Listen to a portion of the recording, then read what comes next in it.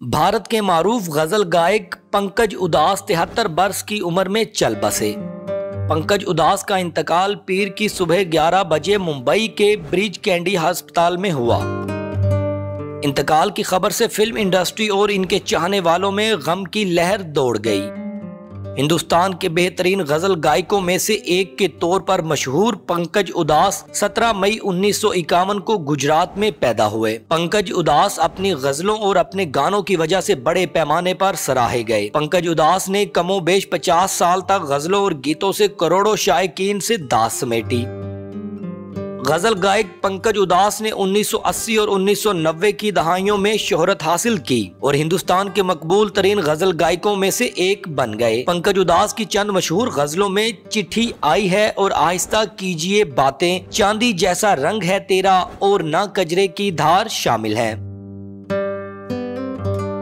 पंकज उदास को 1983 में फिल्म नाम के लिए गाए गए गीत चिट्ठी आई है के जरिए एशिया भर में भरपूर सराहा गया।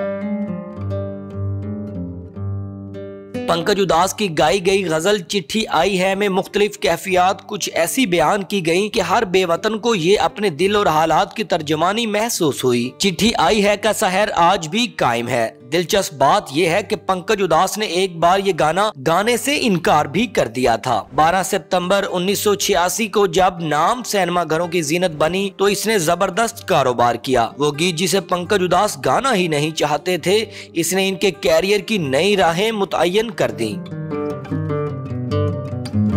इसके अलावा इन्होंने फिल्म साजन के नगमा जिए तो जिए कैसे भी गाया, जो अपने वक्त में हर किसी की जुबान पर रहता था। पंकज उदास को मौसीकी में इनकी खिदमात के बाइस कई अवार्ड्स भी मिले। 2006 में फन के शोबा में इनकी कामयाबियों पर पद्मश्री अवार्ड भी नवाजा गया, जो कि हिंदुस्तान के आला तरीन शहरी एजाजात में से एक है। पंकज उदास के मदाह न सिर्फ भारत बल्कि पाकिस्तान समेत दुनिया भर में फैले हुए हैं। पंकज उदास के इंतकाल से मौसीकी और फिल्मी हलकों में गम की लहर दौड़ गई है। गुलकार सोनू निगम ने अपने इंस्टाग्राम अकाउंट पर लिखा, मेरे बचपन का सबसे अहम हिस्सा खो गया है। मिस्टर पंकज उदास जी, मैं आपको हमेशा याद रखूंगा। मेरा दिल रोता है जानकर कि तुम नहीं रहे। दुनिया का हिस्सा बनने के लिए आपका शुक्रिया।